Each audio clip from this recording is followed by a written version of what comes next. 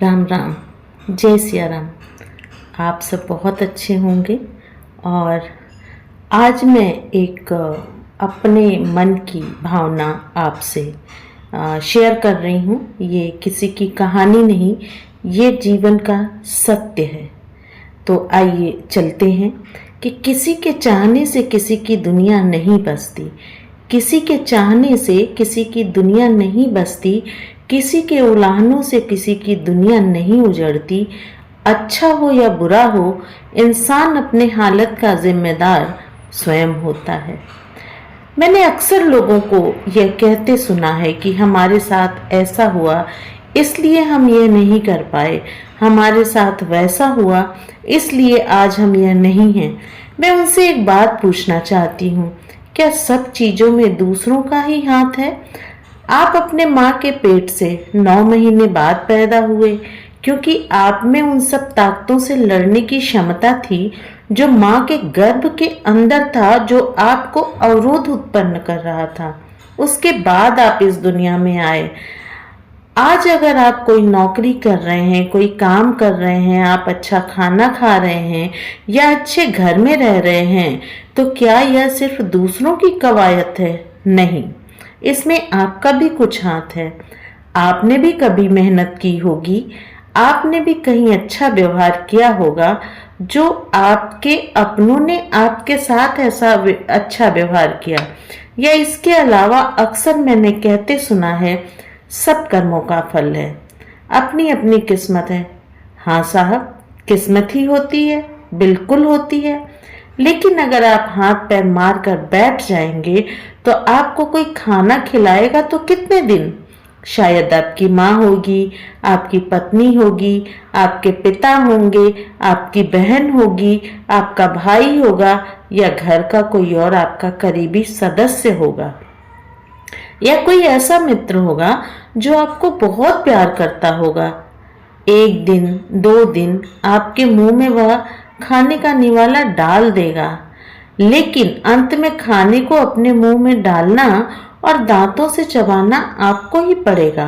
मेरा कहने का आशय ये है कि हम किसी भी परिस्थिति में हों, उसके जिम्मेदार कहीं ना कहीं हम होते हैं। अगर हमने किसी की गुलामी स्वीकार कर ली, कहने का मतलब अगर आपकी कोई कमजोरी है, आप किसी को इतना प्यार करते हैं कि आप उसकी आंखों में आंसू नहीं देख सकते, तो यह उस व्यक्ति की गलती नहीं है। अगर वह आपको छोड़कर जाता है, यह आपकी गलती थी कि आपने अपनी जिंदगी की बागडोर, अपने एहसासों का सारा समुंदर किसी एक व्यक्ति के हाथ में दे दिया। क्यों? आखिर आप किसी के ऊपर इतना ज्यादा निर्भर क्यों हो गए, जो उसके दिन से आपका दिन, उसकी रातों से आपकी रातें गुजरने लगी? एक बार सोचिएगा जरूर, हर इंसान को भगवान ने बहुत ही यूनिक, बहुत ही प्यार से बनाया है, और इसलिए नहीं बनाया है कि आप अपने इस खूबसूरत जिंदगी को किसी के एहसासों के लिए, किसी के लापरवाही भरे अंदाज के लिए उसके हाथों में सौंप दें और फिर ईश्वर के ऊपर करें कि ये सब तो किस्मत की बात है। उसके बाद देखिए, लाइफ में बहुत सारे फेज आते हैं और मैंने आपसे कई बार ये डिस्कशन किया है। बेसिकली ये सिस्क यहाँ जो प्लेटफॉर्म है, ये सिस्क यहाँ जो चैनल है, ये सिस्क यहाँ जो मेरा पेज है, इस पे जनरली हम इसी तरह की बातें करते हैं। लाइफ में ड्रॉबैक सभी के आता है, ग्रे शेड सभी के पास होते हैं, लेकिन मेन है इसके बाद गिर करके उठना। आप गिर गए, आप उसके बाद उठ ही नहीं सकते, आपने हिम्मत हार दी, तो आप जीतेंगे या नहीं जीतेंगे पता नहीं, लेकिन आप हार गए।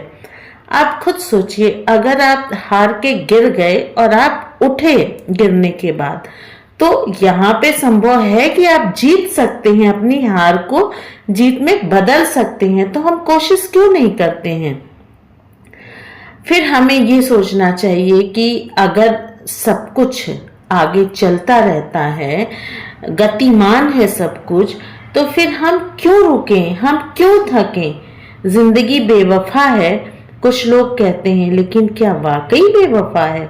जिंदगी सागर की तरह खुद से बहुत कुछ समेटे है। जितनी भी चीजें, वस्तु या इंसान जो गतिमान है वो जीवन है। जीवन कब रुका है? कभी नहीं। अगर आप ये मेरी इस बात से सहमत हैं कि शायद जीवन कभी नहीं रुका है, ये खुद में जितना गम समेटे है उतनी ही आशा भी। अगर अपार वेदना है तो सपने भी हैं।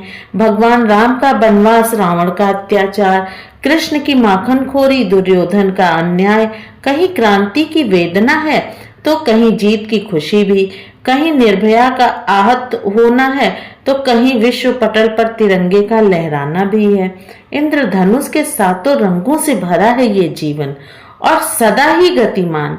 जिसने इससे कदम मिलाए उसे इसने आसमान दिया, जो ठहरा वो पीछे रह गया। आपने देखा होगा जब ईसीजी की रिपोर्ट होती है तो जो जिगजैग लाइन होती है, यानी लाइफ है, वो जीवन है, और स्ट्रेट लाइन यानी जो सीधी लाइन है वो मौत है। तो इसका यही मतलब हुआ कि जिसने भी जिंदगी से कदम मिलाए हैं और जैसा भी समय रहा है, जो गतिमान रहा है, उसे तो आसमान मिला है। और जो ठहर गया, कहते हैं ठहरा हुआ पानी जीवन नहीं देता, पीने के काम नहीं आता, बहता हुआ पानी ही आपके काम आता है। तो जब इतना सब कुछ समेट कर भी ये उसी रफ्तार से गतिमान है, रुकने का नाम नहीं ले रही है, तो इंसान क्यों थकता है? इंसान क्यों थकता है? मैं अक्सर ये सोचती हूँ उन लोगों के निराश चेहरों को देख के जो एकदम हताश होते हैं और कहते हैं मेरे पास कोई ऑप्शन नहीं है, अब मैं क्या कर सकता हूँ या क्या कर सकती हूँ। क्योंकि टूटता है कोई, क्यों रुकता है कोई, क्यों टूटता है, क्यों नहीं खुद को समझाता है। जबकि देह नश्वर है, इसे समाप्त हो जाना है, फिर इसकी इतनी फिक्र, इतनी चिंता क्यों करते हैं? जो वक्त के साथ बह गया, कामयाब हो गया, जो कठिनाइयों से हार कर टूट गया, वो खत्म हो गया। मैं अपनी बात कहूँ, मैं अपने जीवन की बात कहूँ, मैं अपने मोटिवेशन की बात कहूँ, तो मेरी लाइफ में मेरे फादर का बहुत बड़ा रोल है और शायद मेरे जीवन पे उनका एक छाप भी है। और ऐसे भी कहते हैं कि बच्चे अपने माँ बाप की परछाई होते हैं, पूरी हो ना हो लेकिन होते जरूर हैं। तो मेरी लाइफ जो है मेरे पिता के, मेरे पापा के, हालांकि वो अब इस दुनिया में नहीं है, लेकिन अभी भी शायद मैं जिंदगी को एक इस तरीके से देखती हूँ, रंग से भरा हुआ देखती हूँ, इंद्रधनुषी रंग देखती हूँ। और जीवन में अगर मैं आसक्ति रखती हूँ, लाइफ में सबकी मुसीबतें परेशानियां होती हैं। आपको क्या लगता है मेरी लाइफ बहुत स्मूथ चल रही है या चल रही होगी? छोटी मोटी परेशानियां, कभी कभी बड़ी परेशानियां अगर आप इंसान हैं तो जरूर आती हैं। लेकिन जो वक्त के साथ बह गया, यानी जो अपनी परेशानियों के साथ भी चल रहा है, वो कामयाब हो गया। जो कठिनाइयों से हार कर टूट गया, वो खत्म हो गया।